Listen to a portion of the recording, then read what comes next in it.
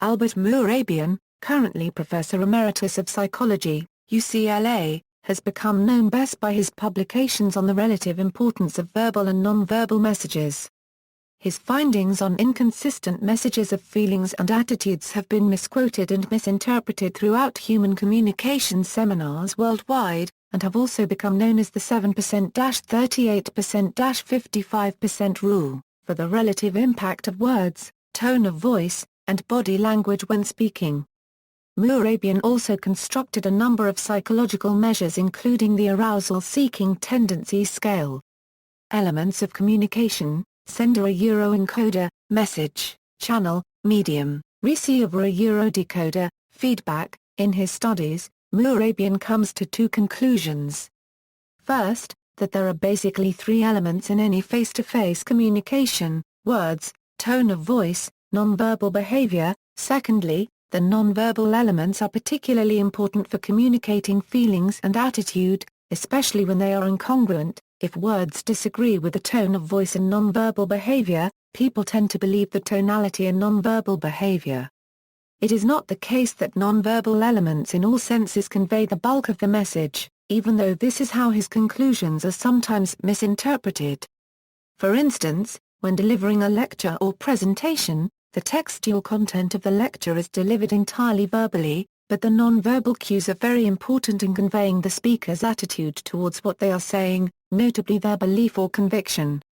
Attitudes and congruence. According to Mehrabian, the three elements account differently for our liking for the person who puts forward a message concerning their feelings. Words account for 7%, tone of voice accounts for 38%, and body language accounts for 55% of the liking. For effective and meaningful communication about emotions, these three parts of the message need to support each other. They have to be congruent. In case of any incongruence, the receiver of the message might be irritated by two messages coming from two different channels, giving cues in two different directions. The following example should help illustrate incongruence in verbal and nonverbal communication. Verbal: I do not have a problem with you. Nonverbal: person avoids eye contact, looks anxious, has a closed body language, etc.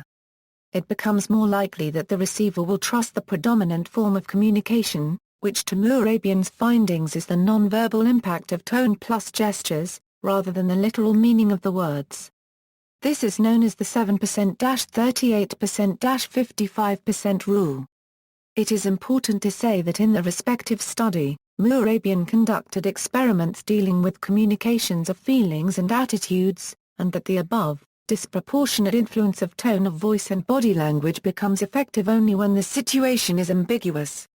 Such ambiguity appears mostly when the words spoken are inconsistent with the tone of voice or body language of the speaker. Misinterpretation: this 7%-38%-55% rule has been overly interpreted in such a way that some people claim that in any communication situation, the meaning of a message was being transported mostly by nonverbal cues, not by the meaning of words. This generalization from the initially very specific conditions in his experiments is the common mistake made with regard to Mehrabian's rule. On his website, Mehrabian clearly states, total liking equals 7% verbal liking plus 38% vocal liking plus 55% facial liking. Please note that this and other equations regarding relative importance of verbal and nonverbal messages were derived from experiments dealing with communications of feelings and attitudes. Unless a communicator is talking about their feelings or attitudes, these equations are not applicable. Also see references 286 and 305 in Silent Messages. These are the original sources of my findings. Criticism: the 7%-38%-55% rule is based on two studies reported in the 1967 papers Decoding of Inconsistent Communications, and Inference of Attitudes from Nonverbal Communication in Two Channels.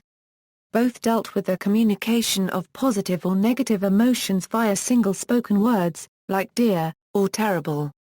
The first study compared the relative importance of the semantic meaning of the word with the tone of voice, and found that the latter was much more influential.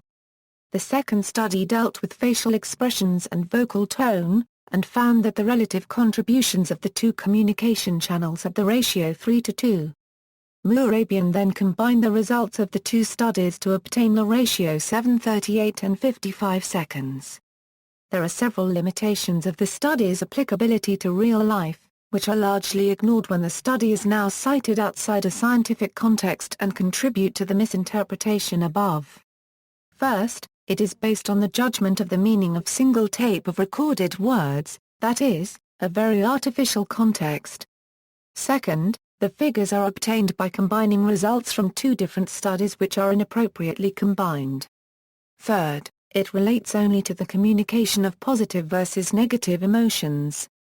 Fourth, it relates only to women, as men did not participate in the study. Fifth, other types of nonverbal communication, for example, body posture, were not included in the studies. Since then, other studies have analyzed the relative contributions of verbal and nonverbal signals under more naturalistic situations. One in 1970, using videotapes shown to the subjects, analyzed the communication of submissive dominant attitude and found that all types of nonverbal cues combined especially body posture had 4.3 times the effect of verbal cues. On the other hand, another in 1992, dealing with the communication of happy-sad mood, found that hearing words spoken in a flat voice was about 4 times more influential than facial expressions seen in a film with no sound. Thus, different studies may reach very different conclusions dependent on methodology. See also, PAD emotional state model, bandwagon effect. References. Further reading, Mehrabian, Albert.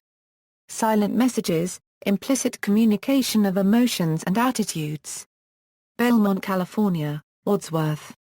ISBN 0-534-00910-7. Mehrabian, Albert. Nonverbal Communication. Chicago, Illinois, Aldine Atherton.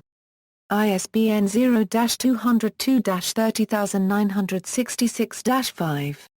External links. Albert Mehrabian's website, analysis of misconceptions about Mehrabian's research, review of post-Mehrabian research and findings, Professor Emeritus, Department of Psychology, UCLA.